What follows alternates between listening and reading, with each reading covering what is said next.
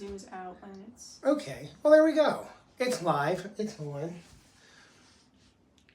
Cool. Are we there? All right, I think we're on. All right, hi guys. Welcome back. Hello. We were getting set up here. Welcome to Dinosaurama, Christopher and I'm Angela.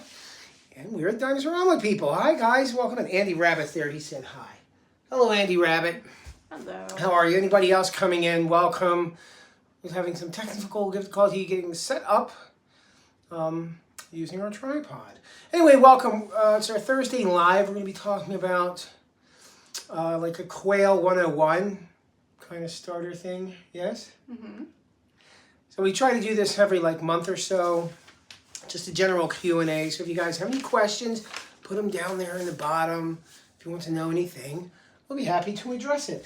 But generally, I would like to go over, basic quail stuff if you're a small quail business, because we do get people coming in who are doing their own little quail business. You're welcome to ask questions about that too, right? Mm-hmm. And do you have anything to add? Not at the moment. Not at the moment. How big are our quails? What do you mean? We raise jumbos. So we do jumbo quail, and the reason we're raising the jumbo quail is, why do we raise jumbos? What's the thing with the jumbo?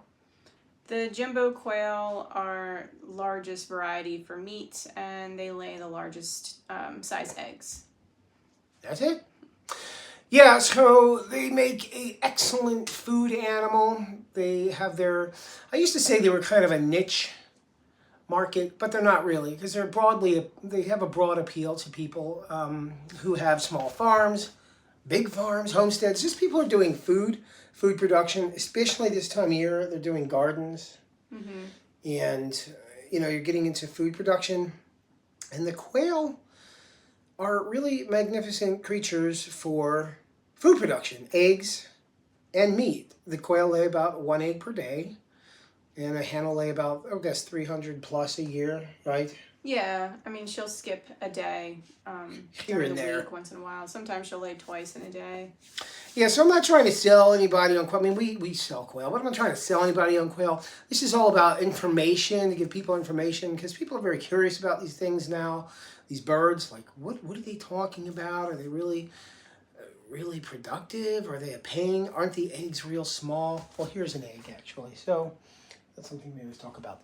So egg size. Yeah, they're smaller than a chicken egg. They're about 1/3. So we always say 3 eggs is equivalent to 1 large chicken egg, right? And down below in the comments, or not the comments, in the description, there's a lot of, what do you call it? PDF, like information. Yeah, educational materials we wrote, which if you guys are starting with quail, will help you walk through very, very simply, because I wrote this so even a kid could understand it. It's just easy to understand stuff. How many quail you may want to set up with to meet your needs, like whatever your goals are. And just general information, particularly this Q&A thing. I always tout this or talk about this on here because it has really it's the most common questions people ask and want to know in raising quail. Yeah, the top 25. There's 25 questions in there. But they were the most common answers or questions we would receive for starting up. And it was the learning curve. So we kind of wrote that to cut the learning curve.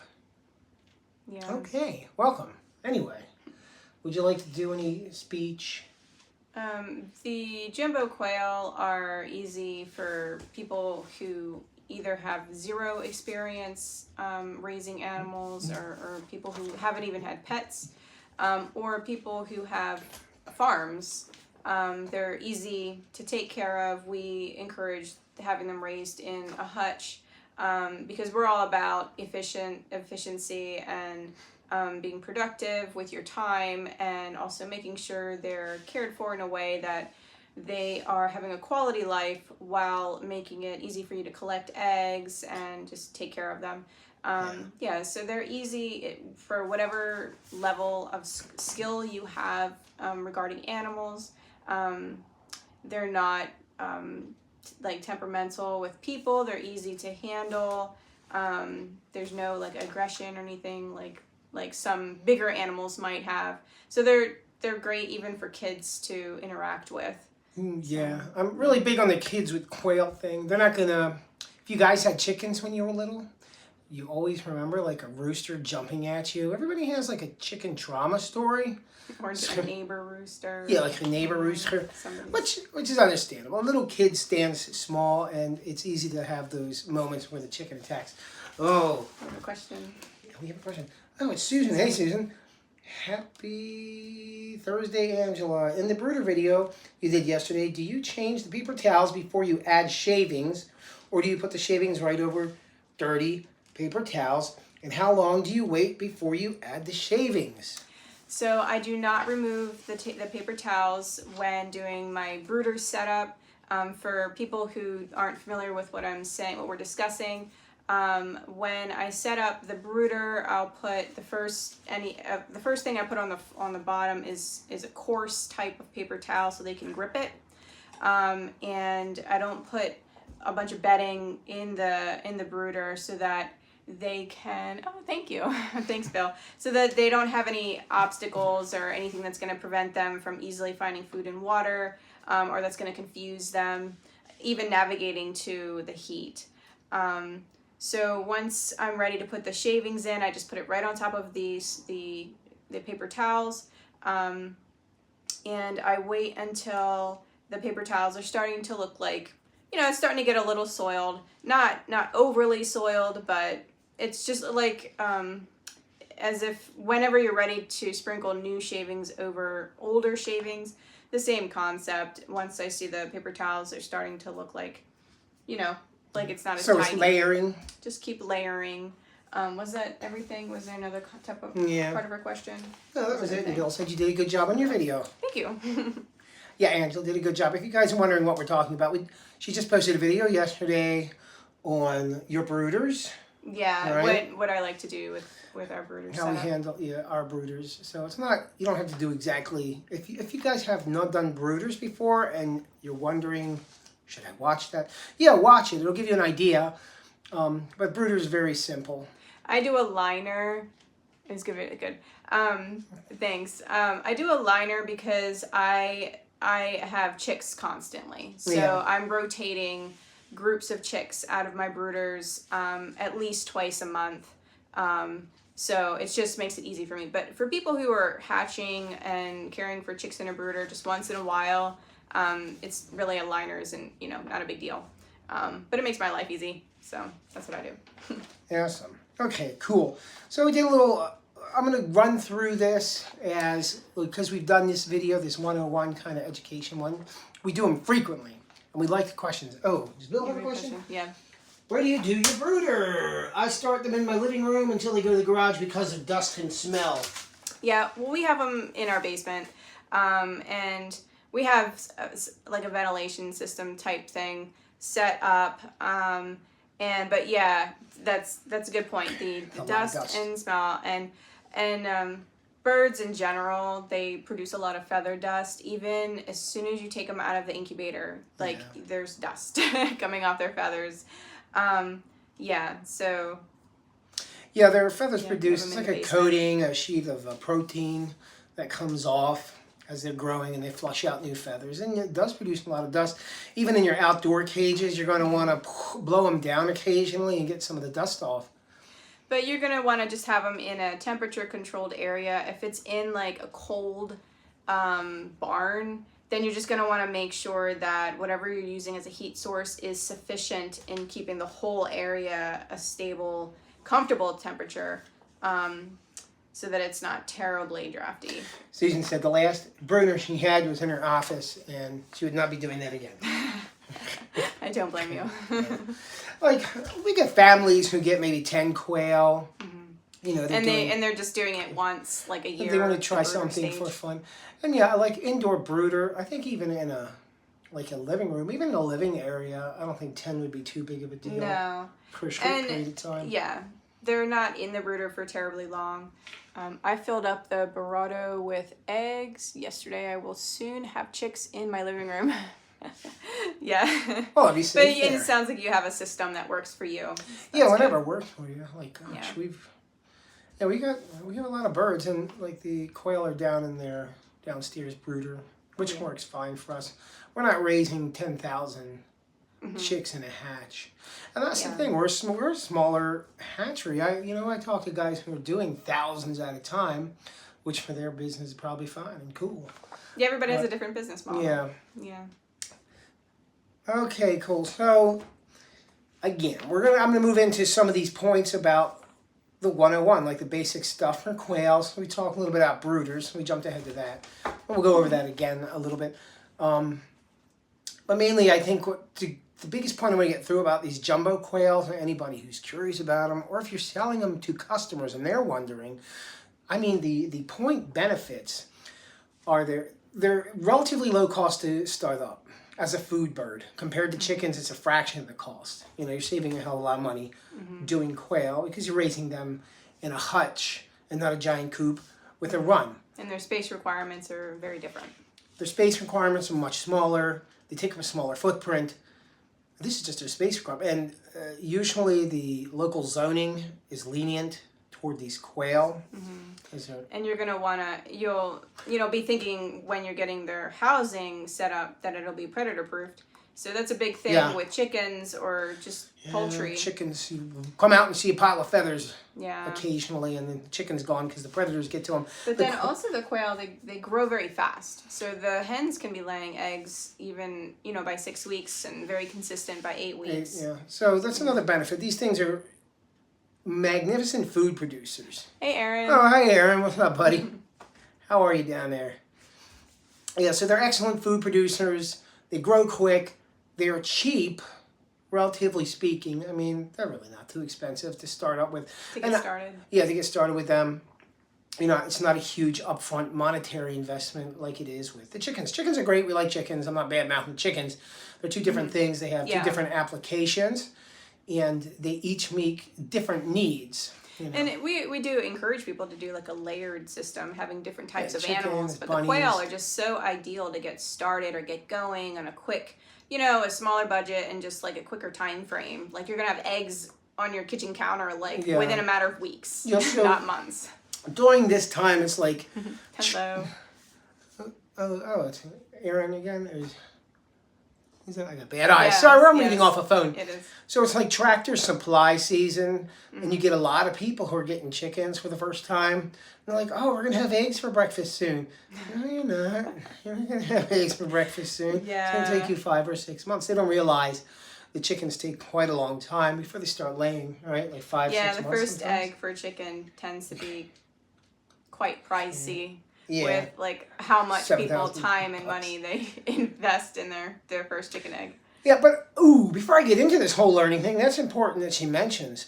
I don't ever would suggest somebody looks at this strictly as a monetary return of investment, because there's a lot of quality of life benefits to raising animals, harvesting your own eggs, growing garden, for example. There's a lot of non-monetary yet extremely valuable properties to doing these things, to raising your own food.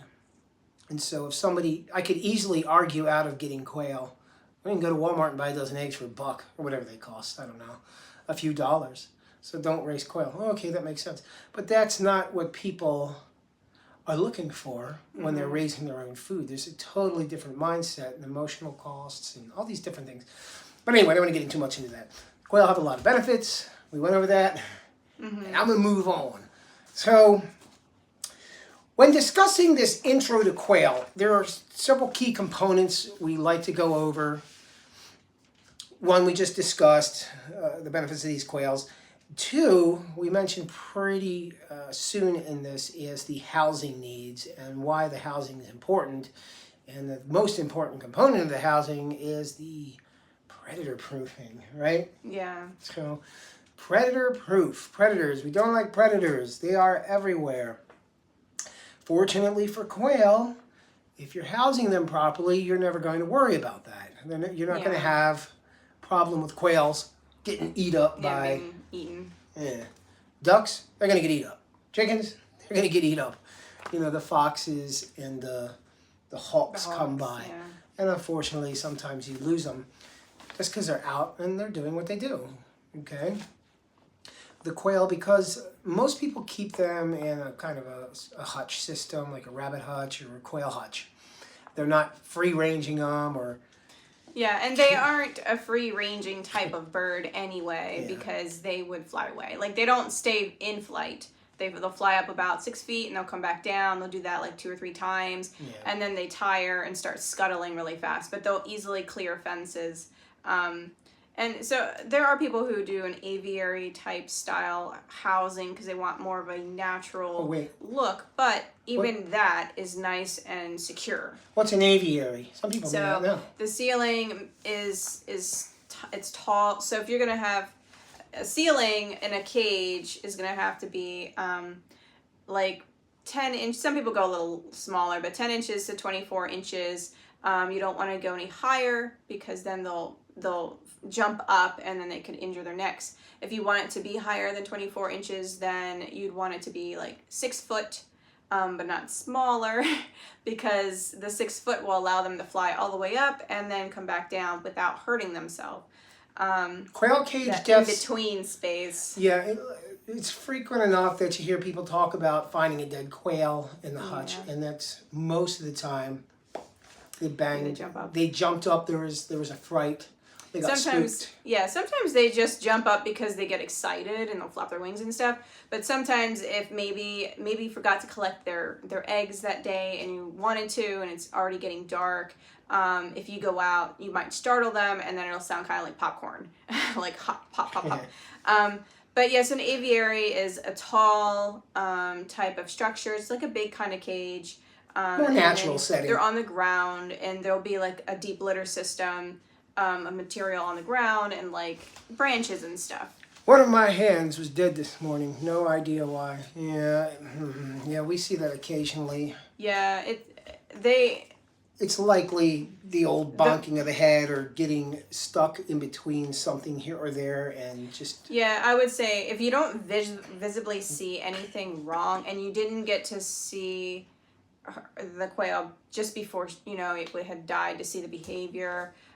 usually if they're laying on their side and they're still alive, it tends to be a neck injury. But anyway, a lot of times it's a neck injury. And, so internal damage. It could have been some sort of organ failure when there's nothing visibly wrong. Well, that's hard to say. One of the benefits of these quail, if it was like chickens, they get sick because they're out in the elements. These quail, you're usually not going to be dealing with pathogens with quail. Yeah, if they're up off the ground, it's easy. It's very, very we've easy never to keep had them quail illnesses, but, occasionally you'll see chickens. We did a whole video on, illnesses, microorganisms.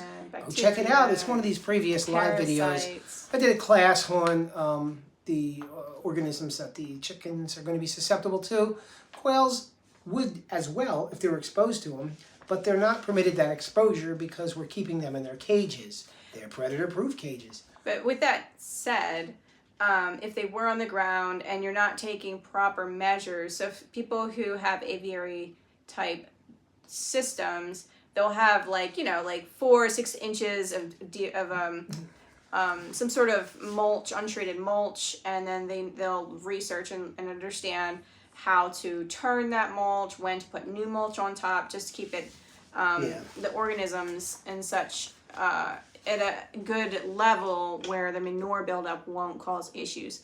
But the quail, being a small bird compared to a larger chicken, they're going to have, they're hardy birds in that they're temperature hardy with hot and cold, and they're very hardy when they get injured. If they get injured, they still look like they come back from a war and they're like Wolverine. They heal very quickly. You still want to treat them like with injuries. Right, you take care of them. Disinfect the wounds. Compared to a chicken, maybe isolate the critter so he heals.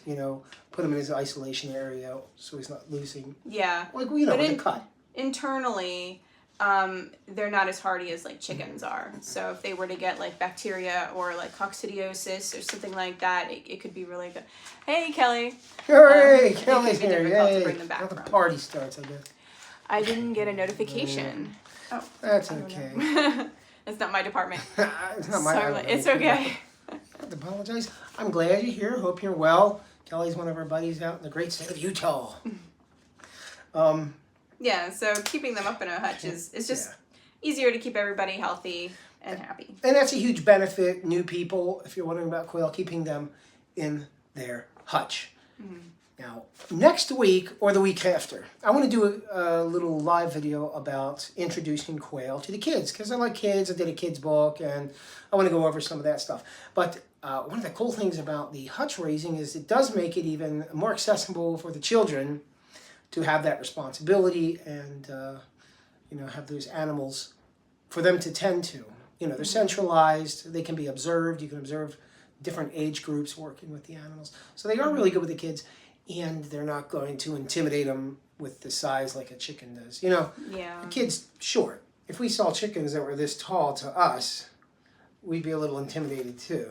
And chickens, they have, any kind of animal in a group is going to have a hierarchy. So even the quail have a hierarchy. But chickens, they tend to, when there's kids that are like not very tall, they're almost like not much taller than the chickens. Yeah. Some dominant chickens, hens, can be scary to kids because their behavior is not like in a submissive, welcoming way. There, of course, are chicken breeds that are very sweet-tempered, and then personalities that are sweet-tempered, but they can be really scary to kids. The quail are not going to be that way at all with people putting their hands in. They're not going to be trying to show dominance or anything like that. They're just going to scuttle away from your hands. So yeah. good for kids too. But that's another benefit of the hutch system, which we really like. I mean, it's pretty cool. And as far as food production, and we did a bunch of these food production classes, you can get a lot of production out of a tiered hutch system. So you have one hutch, whatever it is, 2 foot by 4 foot, whatever your square footage is. But then you can stack them in a tier system and get X3, times 3 your production, managing it that way. And you're not taking up more footprint. It's the same footprint, it's just vertical. It went upwards. So it's a very efficient food production system. And if you do your feeders properly and your water properly, you're not constantly going back and forth doing that. You put them in an automatic kind of feeding system or water system, and then you just collect eggs and then refill the feed or the water. Like feed will fill up every day, every other day. Waterer every few days, 4 or 5 days, because you use a big tank. So that would be easier to see visually. Check out my hutch walkthrough. I did a video with that. I actually show the tiered video, the tiered hutches. Okay, so housing, basically the number one thing, make sure they're predator proofed with the 1/2-inch hardware cloth for the bottom of the cage, 1/2-inch hardware cloth so the droppings go through. If you can, do the vinyl coated. That way you don't have any chance of them scraping open their feet. Not that that's like a huge common thing, but occasionally if they do get a scrape on a burr and then they're walking on any kind of manure that happens to be around, then that could cause an infection. So vinyl coating keeps it nice and smooth. If that's not an option for you, then you can lightly sand it. Make sure to like run your hand over and look for any kind of wire sticking up. And there's also a spray vinyl. You can get a canned spray vinyl you can do too. Yeah, so again, this steel, if you guys didn't know, when they manufacture these wire meshes, the points of contact can have little burrs and they can be sharp. And just like a person, if you get a cut and you keep getting that cut dirty, it gets infected. So where the spur is, or the burr on the wire mesh, they get a cut, they could get that infected, and that's when you hear bumblefoot. It's an infection in their hoof. Somebody said something way deep inside. I very much appreciate your information, the fundamentals of raising quail. Oh, what's your real name? I know you may have told us, but I hate calling people by internet names and being, what do you call it, like, I feel bad about that. But thank you, Mr. Way Deep Inside. Yeah. You probably told me before. I got to keep notes on everybody. So housing, I could talk about that for a while, but I'm not going to. We're going to move on. If you have any housing questions, let us know. And again, check out the description. I always put this thing in there, this PDF. It's top 25 questions we've ever gotten on these quail. that I wrote as a turnkey thing. You don't have to ever have any knowledge. Read that and you'll be able to raise quail essentially. I just acquired 9 approximately 1 week quail chicks only yesterday. Oh wow. Oh, awesome. That's great. And They grow quick, too. have you had them before, or are you new to them, or are you adding to birds you already have? Yeah, if you're new. Steve. Oh, hi Steve. Hi, He told me before. I'm going to make a note of this now. Okay. So, hi Steve. Yeah, if you had them before, you probably know what you're doing. But if not, ask us whatever you like. We got tons of information, and we do focus on a lot of education. All right, feeding and nutrition. I'm going to move on to the feeding nutrition. So we do a lot of education on food. Food, of course, is important, just like for a person. There's some things to know about food. We're going to talk about what the chicks need first, I guess, with the protein percentage, because people are wondering about that. They're now in a brooder in my living room. Oh, if you're watching this after live, we're reading comments as they pop up. Yeah, your 1 week old chicks. If you don't already have a top on top of your brooder, you'll want to have a top by a week and a half old, because then they'll start at that age. They'll start turning into little helicopters. Pretty excited about their feathers growing in. Yeah. So with food, the chicks, their whole growth stage is rapid. So everything about the jumbos is rapid. They have a faster metabolism as well, so they run a little warm. But they're going to need a high protein food to support that rapid growth. Yeah. If they don't have that high protein food and then also abundance of food available at all times, then you risk stunting their growth. So I want to give you an important thing. This is true. So if they're not eating enough, just like any other critter in a famine situation, they may not grow to full size and probably won't. Okay, you can live with that. However, if you're breeding these quail, there is a potential that their offspring will adapt, and they do it that quickly. You may have offspring that might be smaller than their parental lineage to adapt to the perceived famine in the area. Because they have such a quick lifespan, they need to adapt very quickly or croak out. So be careful of underfeeding or malnourishing the creatures, especially when they're in that quick growth stage. So we do the 30% protein, or a game bird feed that people commonly say. And it's always available. yeah, so just don't let their feeder run out. They're not going to overeat. They're not like chickens. Chickens are like goldfish. They just they just eat. Yeah. They're like gorged, and then they'll still eat if it's yummy food. The quail will just eat what they need, but they go back and forth. They're like a hummingbird. They visit their feeder constantly as they need it. And also, you might be thinking like, well, that's not too big of a deal if maybe I do accidentally stunt their growth. As long as they're alive, they're healthy, for their size, and they're still laying eggs. However, if they're smaller, that will affect the size of their eggs. Yeah. So if you're getting jumbo quail because you want the bigger variety of eggs, then you're going to want to encourage their growth to be appropriate for each of the birds that you're growing.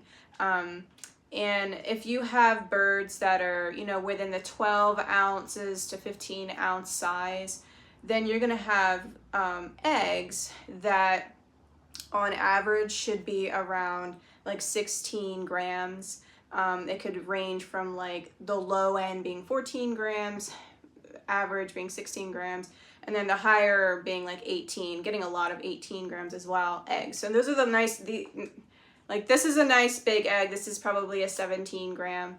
But if your hens are smaller, then they're going to be like 12 grams, between like 10 and I would say 14 being the higher. So keep that in mind. If you want the nicer, bigger eggs, then feed them as much as they need. And the objective to these Jumbo Coturnix quail, for the vast majority of people, is food production. So you want to optimize the creature's biology. You're not stressing it out and just running it until it just produce, make them as big as possible and corrupt them. No, you're optimizing their potentiality. You're keeping them as healthy as possible in the best ideal conditions that you can manage to get that consistency of the animals and their output, so they have a healthy entire life cycle. They have an abundance of food. I fed them perhaps 6 times or more during last night. Oh, that's good. They're going to be happy. Yeah, they're going to be hungry. Yeah, and they're chicks, so they're going to be taking lots of naps too in between their curious time. But yeah, so the quail, their growth rate is pretty much from hatch to 10 weeks old. They're finished, and throughout today. Yeah, that's good. Yeah, so 10 weeks old, they're not really growing, beyond that. And also their appetite is going to decrease because their growth rate decreases. They stop growing at 10 weeks, but they start laying at 6 to 8 weeks. Yeah, so once they are mature, let's just say at that 10 weeks, they don't need that high protein anymore. You're going to end up with chubby birds. They're going to start developing fat layer. So they need to be fed like a layer food, like what the same kind of nutritional content as chickens for laying eggs. But it's good to make sure if you have your hens, if you have them all together, then males and females all together, then this is fine. Start mixing into the high protein food. At 6 weeks old, start mixing in layer feed into that high protein food. For transition. So that the females, as they're beginning to lay eggs, their egg laying muscles can be strengthened with that calcium and the other nutrition that's meant for laying that's in that food. And then the eggshells will be strong as well. They won't end up laying shellless eggs.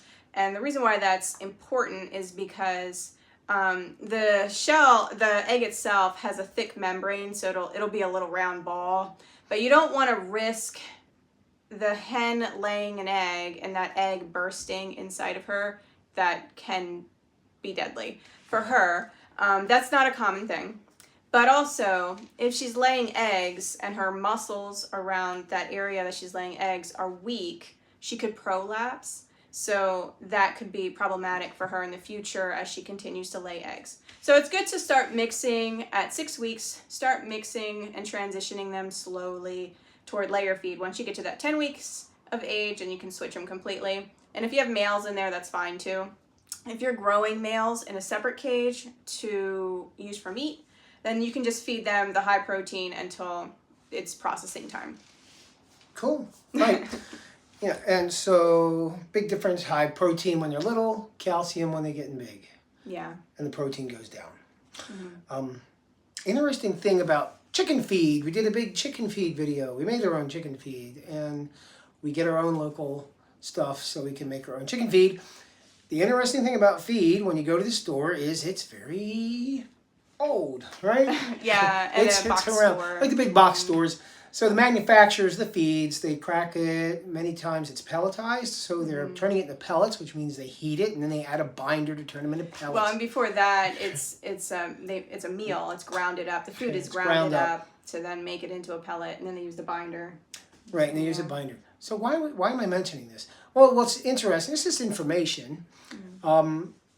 Once you crush a grain, okay, a seed literally lasts for decades. Okay, you can get a seed and many times find them years old, and they're still okay. There's some seeds. These are seeds, but they're also the food we feed the chickens. They eat the seeds, and when you buy food at a store, it is this stuff. Many times, usually it's not this stuff. It's corn and. It's very similar ingredients, but they grind it up. They use cheaper components many times. Anyway, they grind it up. When you grind up a seed, which is designed to last for many, many years, it deteriorates. Okay, you have this huge surface area. The nutrients start to break down. The vitamins. Because it's exposed to the air. It's exposed to air. The oxygen starts to oxidize it. The insides of that seed has been opened and grinded open. That protective layer of the shell is now gone. Yeah, so the animals, I don't make this too scientific. The animals, humans included, when we eat processed food, we may be meeting our caloric needs, and you may be meeting the animal's caloric needs, but you're not providing, perhaps, sufficient nutrients, depending on what they're eating, simply because of the deterioration of the constituent minerals or the nutrients in the seeds. that break down when they're oxygenated and heated when they're turned into pellets. And the binders, some of these binders, they're kind of considered like, I guess they say anti-nutrients. Binders in pellets disallow the absorption of the nutrients in the pellets when it's passing through the animal's digestive system. And the binder is what's keeping it in that pelleted shape. So, not to scare you about the chicken feed, you know, but it's interesting stuff. You should look into it if it interests you. Yeah, and we do encourage people, if you have the option, to work with a local feed mill. And some feed mills do deliver. I never thought of that. That's genius and great to know. Yeah. I said a smart. Feed mills are great because you're cutting out. I need to order food from you guys.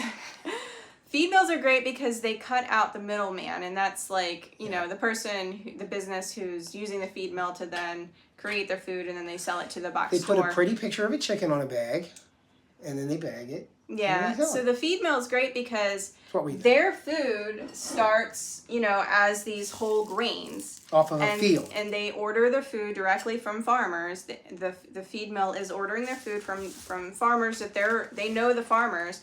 Then they themselves are grinding these whole seeds down and making the feed for the customer. So it's fresh. It's not been grinded, you know, 8 months before and pelletized with these binders and then put, you know, and sold to the customer. That it's been sitting on that shelf for months and months. It's fresh. So and since you're cutting out the middleman, it is, the cost is less for you. It's like 50% financially. Usually. Yeah. So 50%. If you can use a feed mill, they will mix it per your instructions. If you have, you know, if you tell them what nutritional content you want in it, which you can just look at. And even with the quail feed, they'll grind it if you want it ground. And they'll mix it per how you want it to be. So yeah, the thing. It was a comment. Oh yeah, Bill said he lives in I'm not a very tech savvy person, so I'm using a computer. He's reading the comments over here. I live in a very small town, and the only thing the local feed stores have is the Kalmbach crumbles. What do you use? Maybe you have. You can check and see if they can get something in for you, certain ingredients. But yeah, small towns.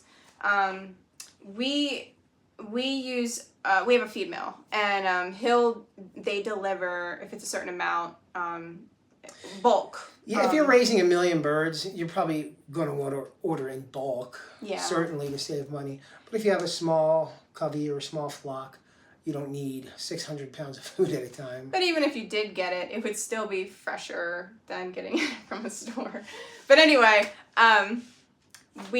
so what we get is we have our feed mill guy who's local to us.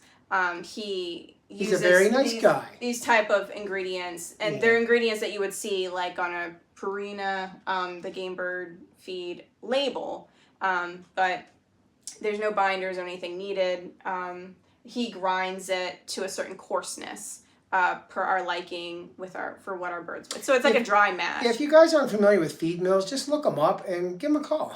Yeah. If there's one in your area, and just talk to them about that. Because we do a lot of people who haven't had burns before, and they're buying from the big box place, which I'm not saying anything bad about them, but if they're interested in saving money and getting many times a better product simply because it's fresher from a local place, it may be worth your time to go just call and look for a feed mill, which you'd be surprised.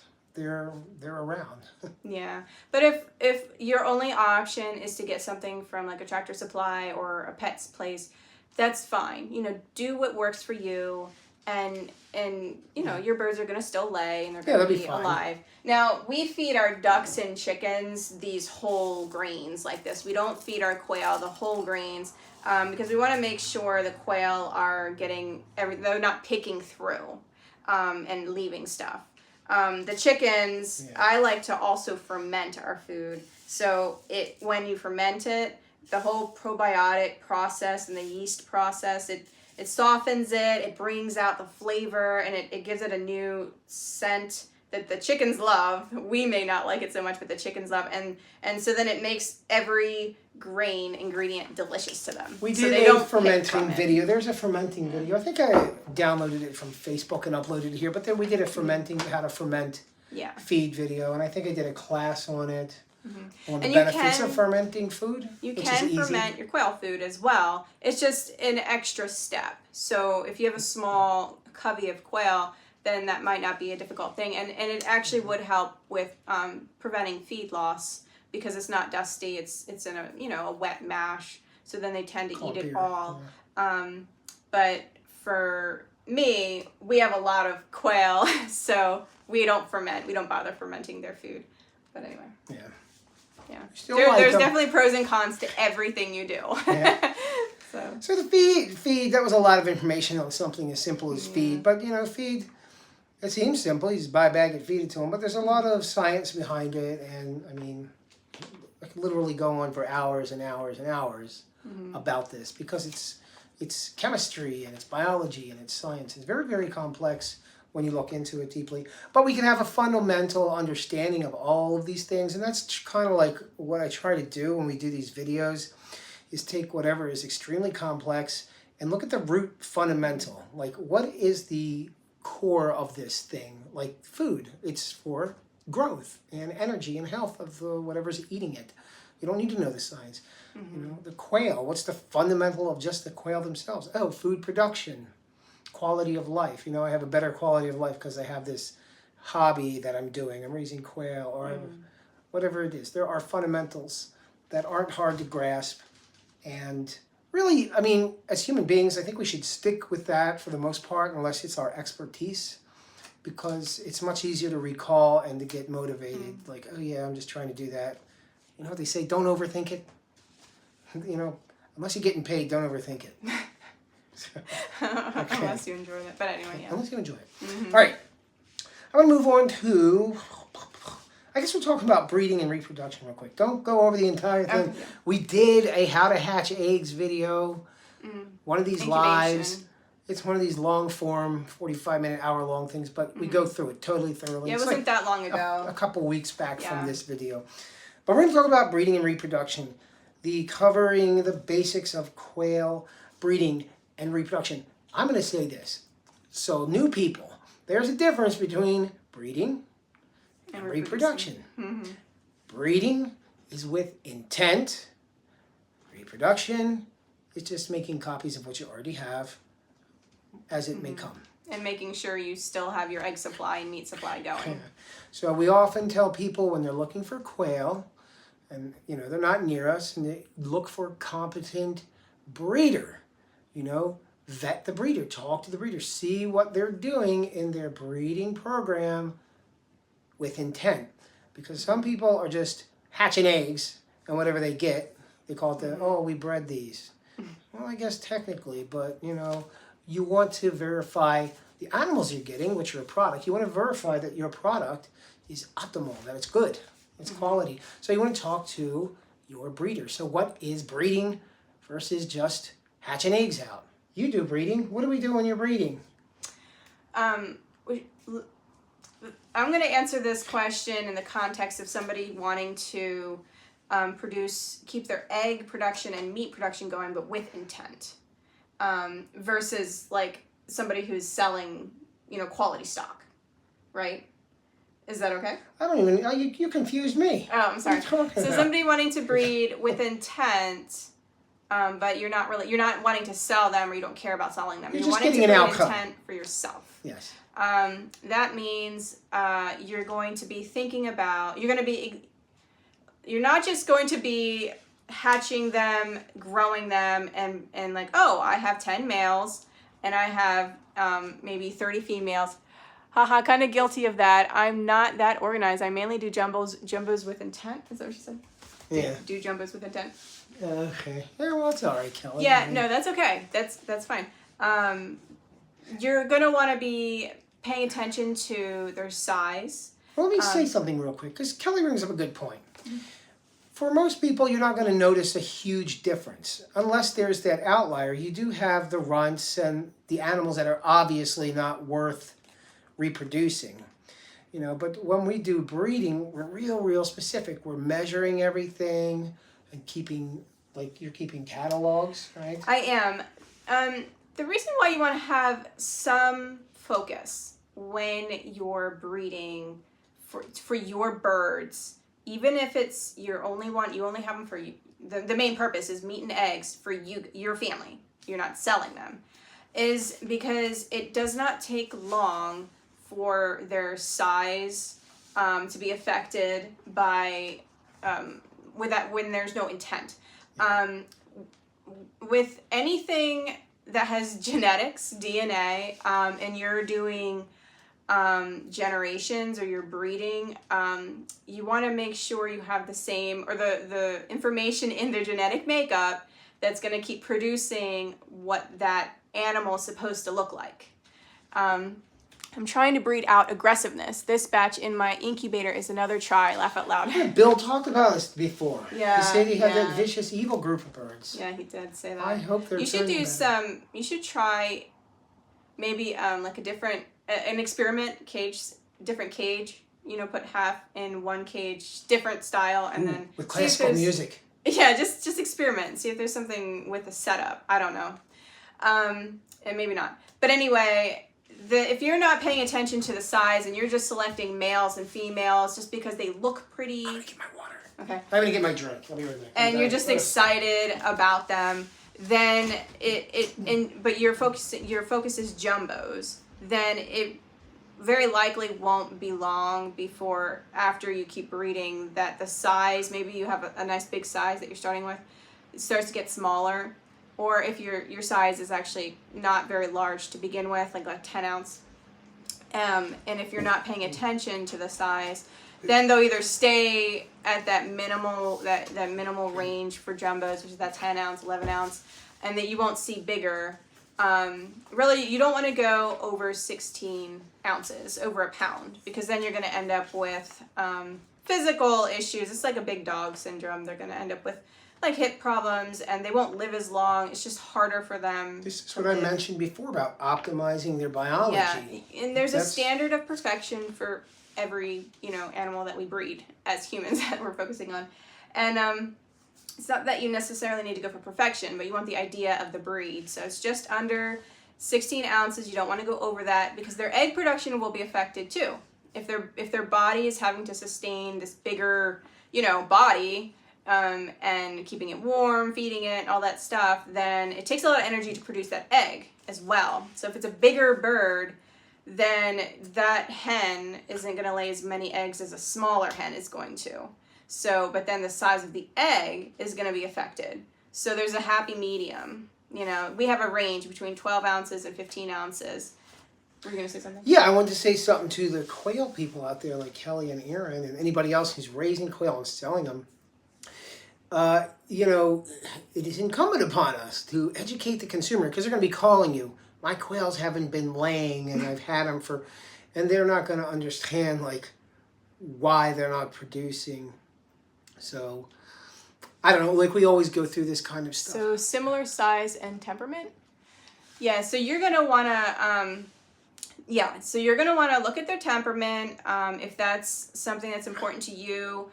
They're definitely, you can tell, if you have let's say 25 birds and you're handling all of them, you're going to notice a couple of them are going to be more calm and be like, hey, what's going on? And they might not even really struggle much. And then you'll see, there'll be one or two that's just going nuts. Oh, hey, Aaron, didn't see you there.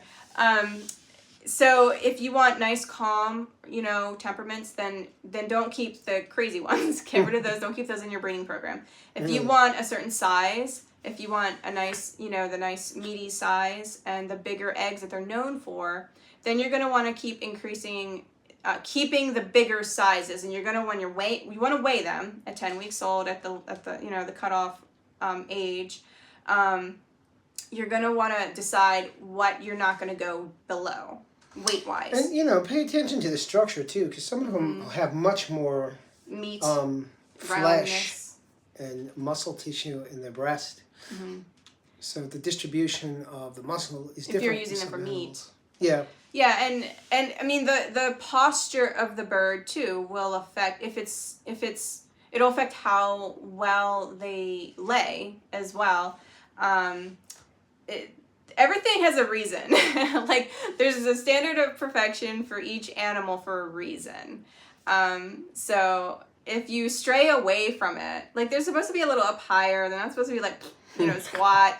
If you stray away from what it's supposed to look like, and just you can Google some, breeders who talk about breeding with intention a lot, and then look for images, pictures that they show, because these type of people, they care about this kind of thing.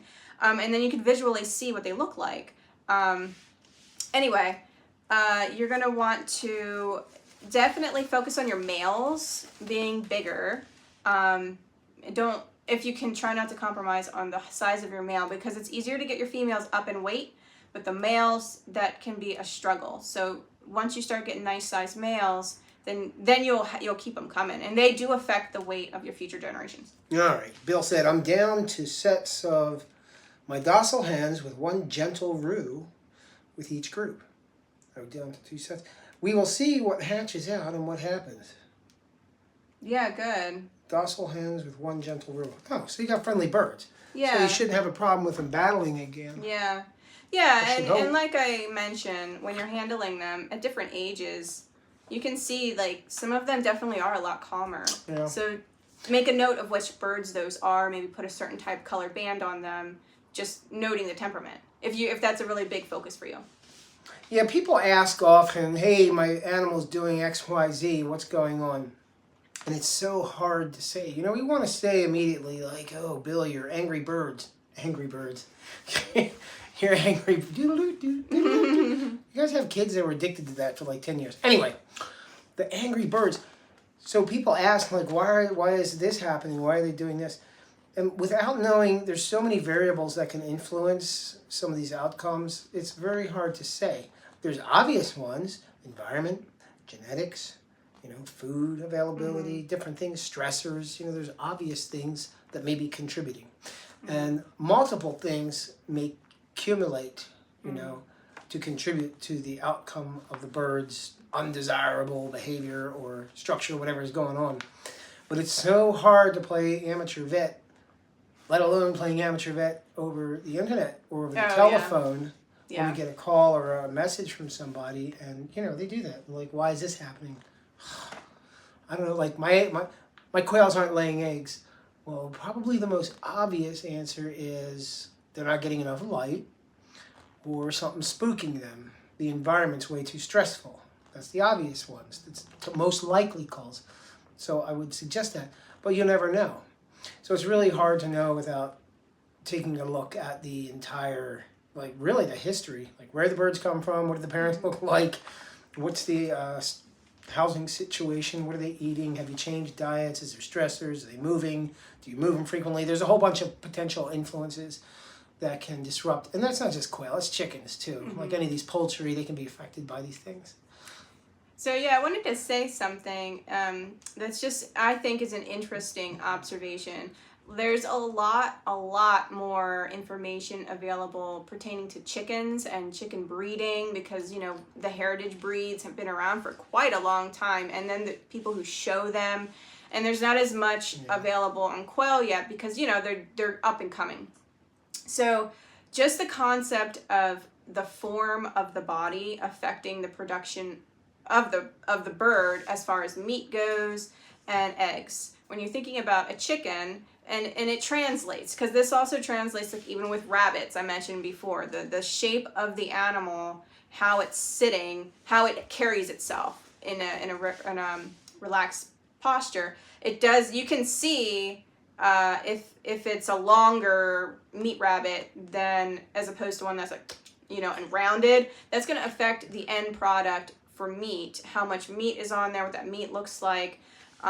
Same thing with the chickens. So if you have a hen, and if you're looking at her posture, and her tail, usually hens tend to be, most breeds, their tails tend to kind of go like that, maybe a little like that, but usually like that, and like the head's over here.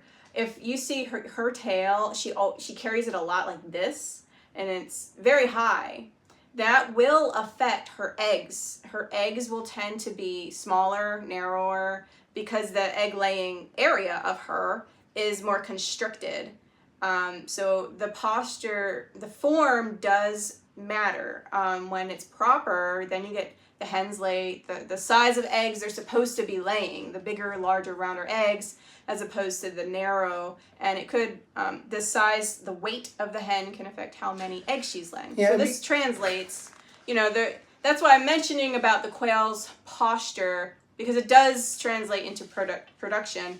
But like I said, there's just not as much info out there about standard. So yeah, that's a really good point. So part of like what we do, what I would recommend a breeder would do, like we don't know everything, but it's definitely the responsibility of the breeder to educate the consumer. I know we're like, oh, the consumer is lazy. Okay, it's the United States, 2024. We're all addicted to TV and the phone.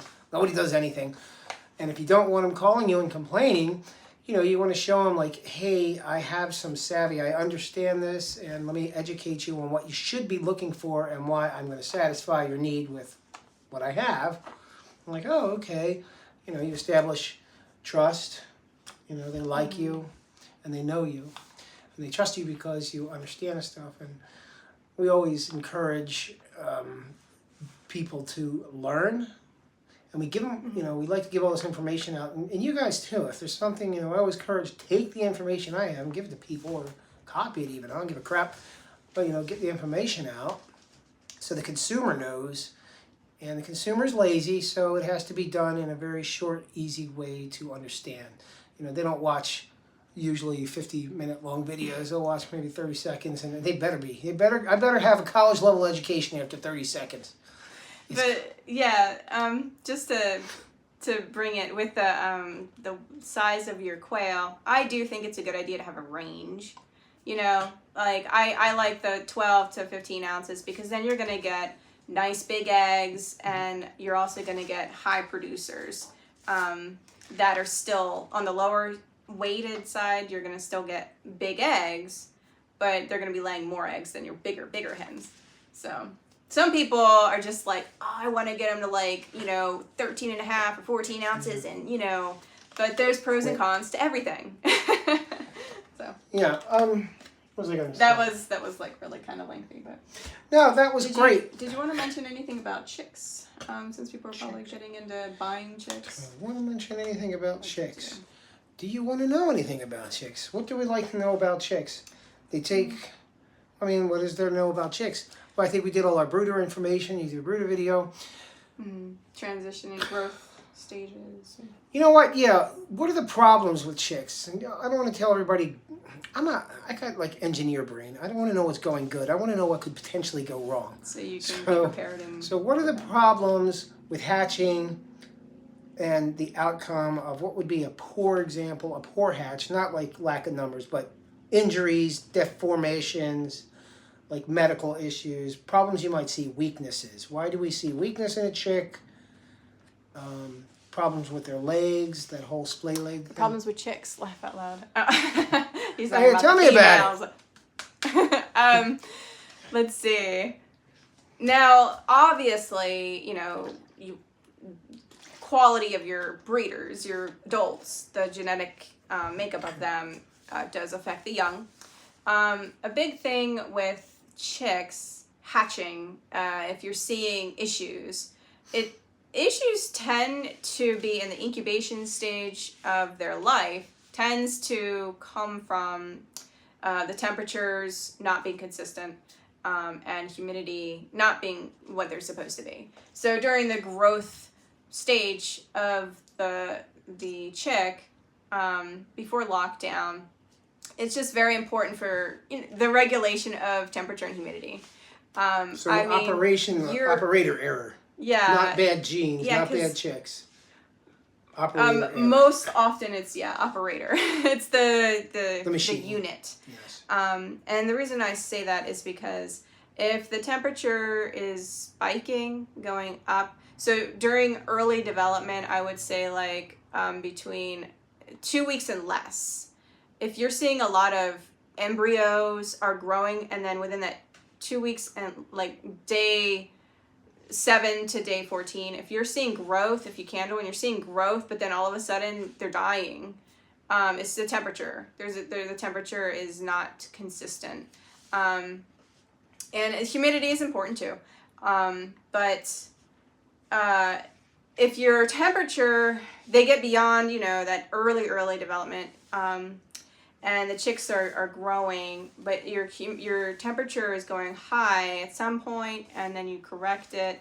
But let's say I'm not going to say like how long it would have been going high, but high temperatures tend to have chicks grow. The development may be increased, may be faster. So then once they get to lockdown, that stage, they might be preparing to hatch a little sooner. This could create weak chicks as well, because it's just not the way they were supposed to be growing if they make it to that point with the temperature not being steady. Question. This is the important thing, because I was waiting for you to mention that. Mm-hmm. We have weak chicks. What do we do? Should I keep my weak chicks? What's the problem with keeping nursing my weak chicks? Okay, one second. Just pause that, because we're going to go right back to that. Now, if you have the temperature dropping during, some of that incubation time for a period, then you might end up with chicks taking longer to prepare to hatch. So, same result. You have weak chicks, and what will likely happen is you're going to have a hatch that's not going to be succinct and quick like it's supposed to be. It's probably going to be something that stretches out over like a week, and that the chicks are not going to be, very energetic. That's so not good.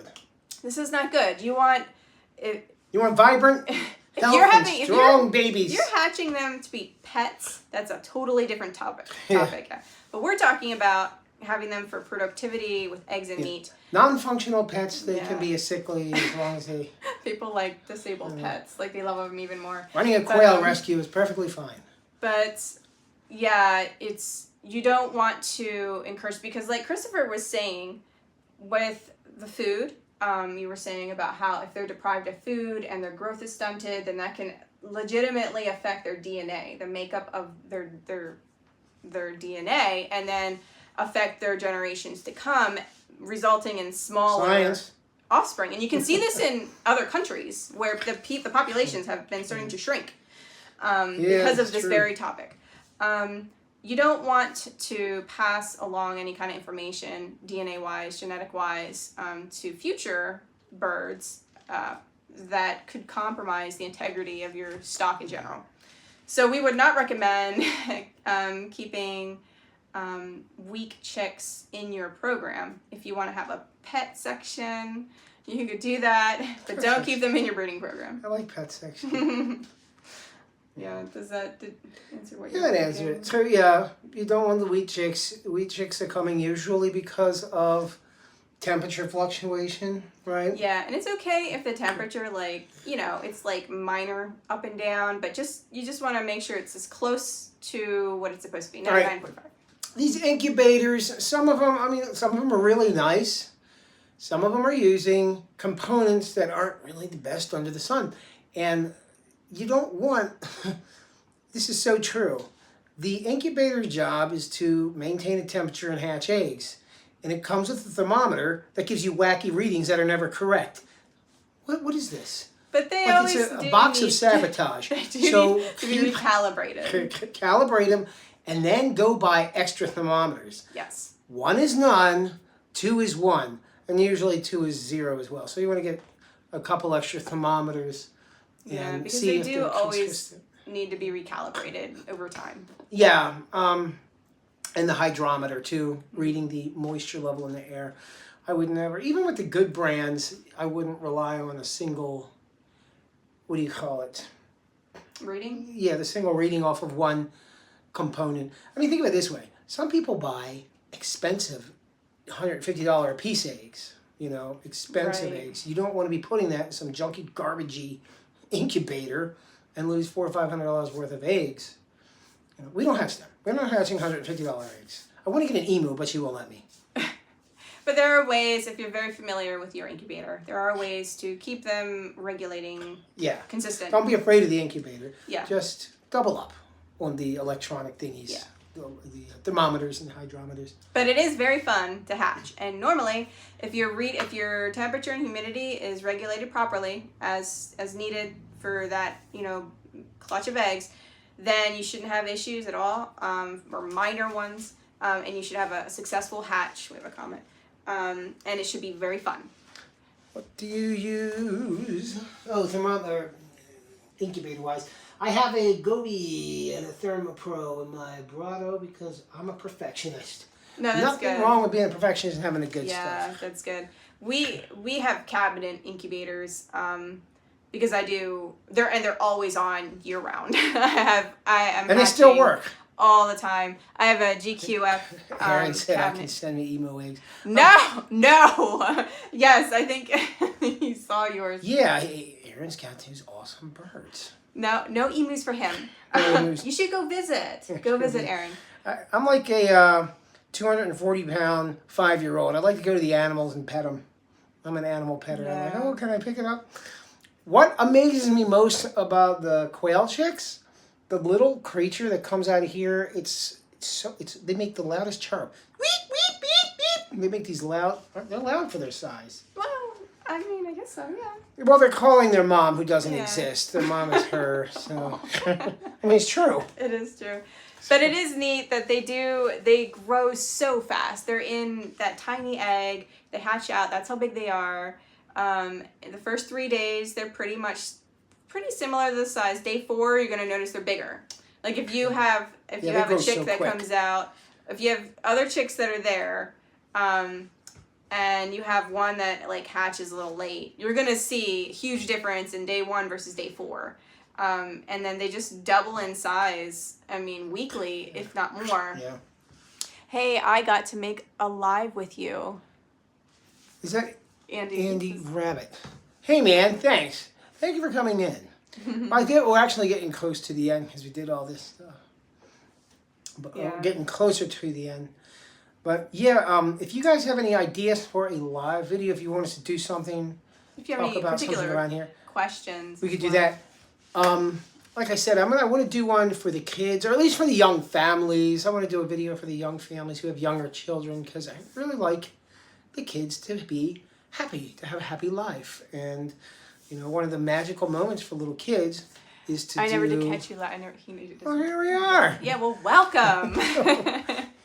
But one of the things that's really great about the farm creatures for the kids, if done properly, it's a magnificent opportunity for the child to gain independence, sense of self, self-worth, growth, confidence, responsibility, confidence, education. Yeah.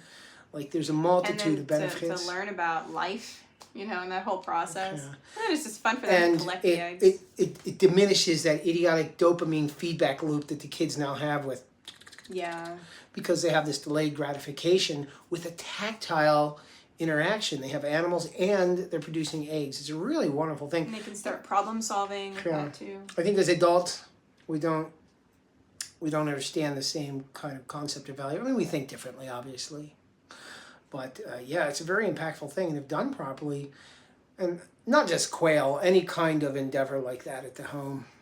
My granddaughters always like seeing the chicks. I bet they do. Yeah, the chicks are so cute. And then they move around. They're not boring. Like chicken chicks are really cute too.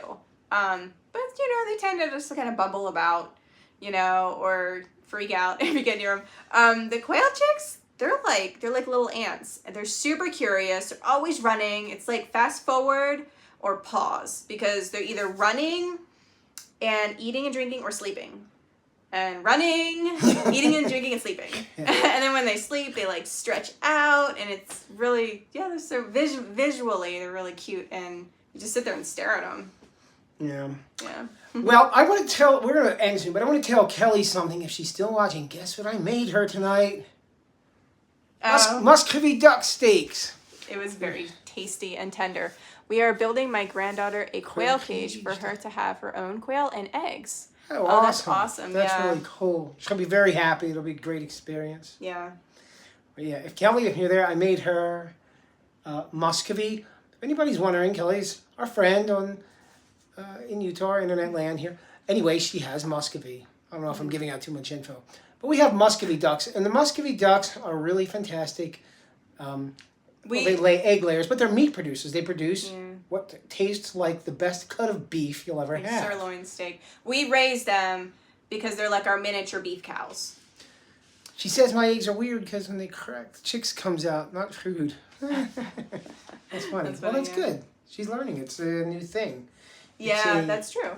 It's incongruent with her prior cognitive experiences, so there's like that fascination. That's what I like about kids. Kids find wonderment in everything because it's all new. And I try to continue to read because I like the earth. You know, there's so many wonderful things here to learn about. Okay, that duck salad looked good. It was good. Yeah, man. Bill, I'm telling you, like the Muscovy. So we got them because we can't have beef cow. I don't have enough space for beef cow, and I don't want to raise beef cow. Yeah, I don't really want to. But the Muscovy duck, the taste, the cut of meat on it it's really tender, delicious beef. But unlike American raised beef, it's not fatty. Right. It's So, lean. like if you eat beef overseas, like traditional where they're grass fed and they live out in the pasture, they don't finish them with corn and fatten them up. That's why you get that marbling that everybody likes. It's tasty fat. So most beef traditionally raised is not going to have the marbling like it does when you go to the steak restaurant. And it's the same with the duck. The duck doesn't have that either. Do you use duck's eggs? Oh yeah, for sure. Like when we get them. Yeah. I don't have, so ducks, like chickens and like quail, will continue to lay eggs throughout the winter if they have enough light.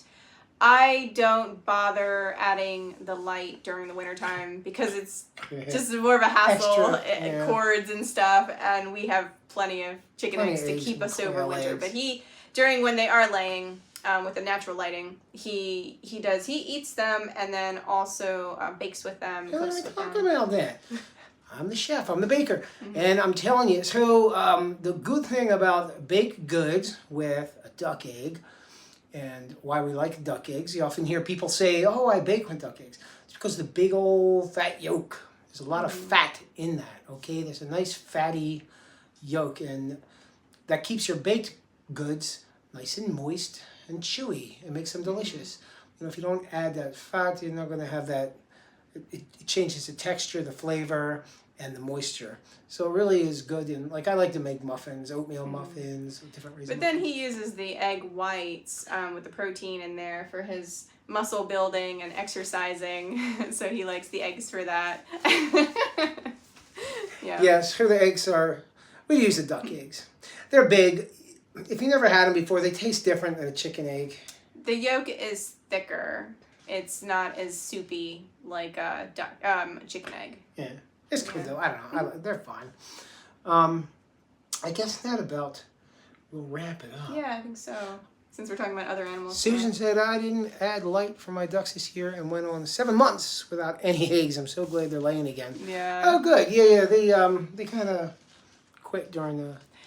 My friend used to bring me duck eggs, goat milk, etc. from his daughter's farm in Ohio. But he passed away. Oh man, he passed away. I'm sorry to hear that. Aw. That's a lot of good stuff you were getting. Yeah. Yeah, duck eggs are good, but yeah, it's just another animal. They like to use the bathroom quite frequently. Well, they're different. They're just different. They're a different bird. It's a different bird. Yeah. Yeah. Well, I think that'll be doing it. Yeah. I'm going to go read my book. I'm reading... But yeah, please... oh, sorry. What are you reading? I'm reading Crime and Punishment by Fyodor Dostoevsky, a Russian writer. I've been meaning to read the book for a long time. I like the old classics. Mm-hmm. Thank you for another hour of great info. You're very thanks, welcome. Susan. We hope this information... The way I look at it is if it helps one human, then okay, good. Great. Yeah. That's why people like to teach. They like to give something... When we teach... We give a component of the self and put it into another human being. So we kind of live like this. Okay, so that's why some people like to teach, is they're giving of themselves. And they like to do that. So I like to teach. Thank you. Enjoy your videos. Oh, thanks, man. You might consider raising a couple Muscovy hens. Yes. Yeah. Yes, Bill, you should definitely raise the Muscovy hens. They're quiet. They're low energy ducks. They don't like run around like mad ducks. I hear so many people, they get ducks and they're super excited because the ducklings are just so cute. You're very welcome. Steve, you're welcome. Steve, we remember now. Thank you. And they're raising their ducklings like pets. And then once they get a little bigger, they run in terror from the humans like they're going to chop their heads off. And they're just like, why are they doing this? But Muscovies are not like that. Muscovy ducks, Are you going to hatch them again? Yeah. Yeah. Their whole life, they are lower energy. They don't flee from you. They just kind of waddle away. If they'll acclimate to you too. They'll become like pet friendly. Yeah. The females make like a dove cooing noise. They go like this to you with their bills. They wag their tail. They're really expressive.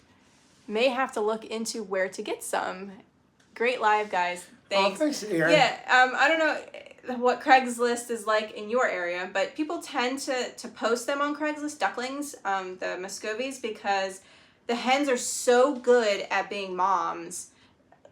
Laying the eggs, hatching the eggs, taking care of the ducklings. They're such good mothers that they end up usually hatching like 20 ducklings at a time. And then people are like, oh, that's so cute. Like, oh my God, there's ducklings everywhere. And so then they post them on Craigslist, so you start seeing them a lot in the spring. Or they'll drop them off at that anonymous farm down the street. Yeah.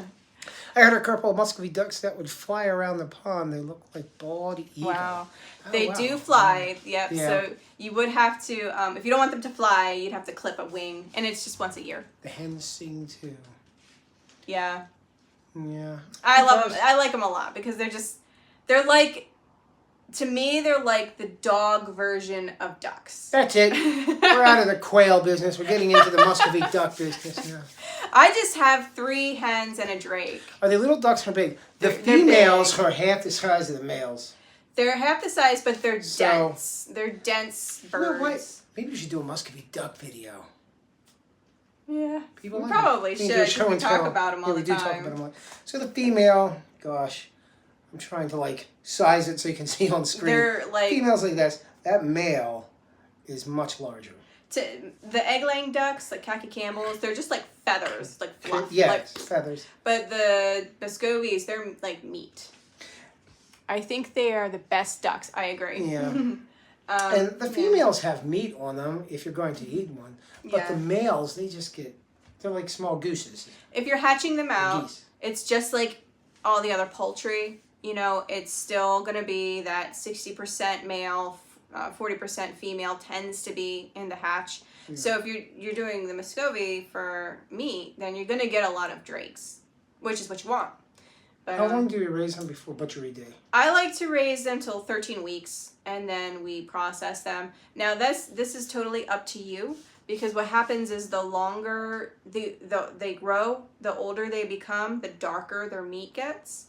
13 weeks it looks like a nice red, and that's just how long. I don't really want to take care of them beyond that, but they will get bigger than what they are at 13 weeks. The flavor may change slightly, not in a bad way, but because of the hormone, the testosterone and all that stuff. But it's still tasty. It still tastes like sirloin steak, even if it's young or older. But yeah, that's up to you. You can taste test at different ages and see what you prefer. They are like, they're kind of like, how if you are familiar with meat rabbits, rabbits are cute. That's the con to raising them for meat. Yeah. But the Muscovy ducks, they're like little puppies. They'll follow me around. They look at me. They know I'm their mom. So it is hard for me. So he does take care of that. I'm looking to add to my duck flock. I have been thinking about getting some Muscovies instead of buffs. Buffs. Are you talking about buffs as in chickens? No, ducks. Or maybe ducks. buff ducks. Buff I don't Orpingtons. know. Buff Orpingtons or buff ducks. I'm not familiar with buff ducks. Look into the Muscovies. If you are doing self-sufficiency, even if you don't have a big space, you don't need a big space for these guys. Because like I said, they're low energy. You don't need a pond for them. Yeah. Then they're a great addition to having a layered, yep, that's what I thought, buff Orpington. Ducks, buff ducks. Okay. It's a great added layer for your your system of meat and egg options. Yeah, and they're like, with their walking and ranging around, they're like chickens. They'll stay on the property. And they are very good looking for bugs and eating, Aerate the soil vegetables because they're constantly nudging in there. Yeah, so they stay healthy. All right. Thank you for watching and listening. Please like and subscribe if you'd like to stay in touch and see what we have going in the future. But yeah, thank you so much. Yeah, if you guys have any questions, stick them in the comments. Or like Good night, everyone. Go visit us on the Facebook because we interact with a lot of people there. We're always happy to answer your questions or if you need whatever. All right, guys. See you on the next one. Have a good night. Have a happy night. I'm going to use my sophisticated finger button. There we go. I'll see you.